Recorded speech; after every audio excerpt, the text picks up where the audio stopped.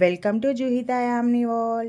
ఈరోజు మనం steam egg shawarma చేసుకుందామండి. ఎప్పుడు బయట తెచ్చుకొని తినడం కాకుండా ఇట్లా ఇంట్లో ప్రిపేర్ చేసుకుందాం ఈసారి వెరైటీగా. దీనికోసం సింపుల్ ఇంగ్రీడియంట్ ఉప్పు, కారం, జీలకర్ర, ధనియా పౌడర్, గరం మసాలా, 3 ఎగ్స్. ఈ వీటిలన్నిట్లో వేసుకొని మంచిగా బీట్ చేసుకోవాలి.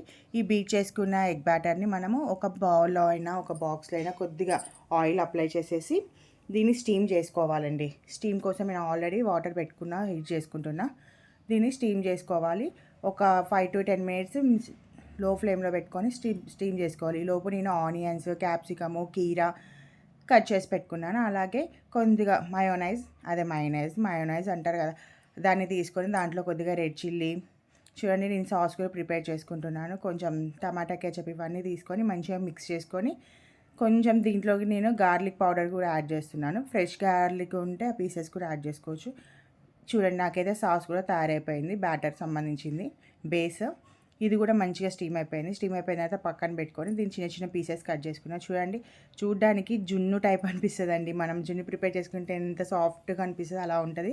దీన్ని మళ్ళీ ఇంకొంచెం క్రిస్పీనెస్ యాడ్ చేయడం కోసము ఒక ప్యాన్లో కొద్దిగా ఆయిల్ వేసి వీటిని మళ్ళీ లో ఫ్లేమ్లోనే ఒక 2-3 మినిట్స్ మంచిగా ఫ్రై చేసేసుకుంటే పైన అంతా క్రిస్పీగా తయారవుతుంది. ఇలా క్రిస్పీగా అయిన తర్వాత మనం ఇంకా ఈ షవర్మా ప్రిపరేషన్ చూసుకోవాలండి. దీనికోసం మనం ముందే చపాతీస్ ఇంట్లో, అక్కడ బయట అయితే మైదా పిండితో రూమాలి రోటీస్ ఇవన్నీ ఇస్తారు కదా, అలా కాకుండా హెల్తీగా ఇంట్లో చపాతీతో కూడా ఇలా చేసుకోవచ్చు.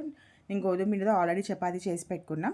ఇది ఇట్లా ఫ్రై అయిపోయిన తర్వాత ఒక చపాతీని ఒక ప్లేట్లో పెట్టుకొని మనం ఆల్రెడీ ప్రిపేర్ చేసుకున్న సాస్ని మొత్తం స్ప్రెడ్ చేసుకోవాలండి. ఈవెన్గా అంతా స్ప్రెడ్ చేసుకోవాలి. చూడండి ఇక్కడ నేను చూపించినట్టు ఆ సాస్ అంతా స్ప్రెడ్ చేసేసుకొని దానిపైన ఇంకా అన్నీ మనం ఆనియన్స్, క్యాప్సికము, నెక్స్ట్ కీరా ఇవంతా స్ప్రెడ్ చేసుకోవాలి. ఒక లేయర్ లాగా పెట్టుకోవాలి. దానిపైన మనం ఆల్రెడీ ఫ్రై చేసి పెట్టుకున్నాం కదా స్టీమ్ ఎగ్ని, స్టీమ్ చేసి ఇవి కూడా పెట్టేసుకొని అది మంచిగా దానిపైన ఇంకొంచెం మనం కెచప్ వేసుకోవచ్చు, మయోనైజ్ ఏదైనా మనకు నచ్చినది వేసేసుకొని దీన్ని రోల్ చేసుకోవాలి. ఈ రోలు మామూలుగా అయితే మనకు బటర్ పేపర్ ఉంటే మంచిగా రోల్ అవుతుంది.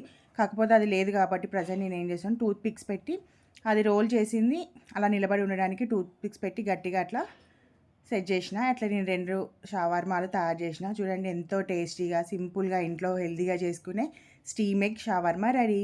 ఈ వీడియో కనుక నచ్చితే లైక్ చేయండి, షేర్ చేయండి, సబ్స్క్రైబ్ చేసుకోండి. తప్పకుండా వీడియో చూసి ట్రై చేయండి రెసిపీ. Thanks for watching.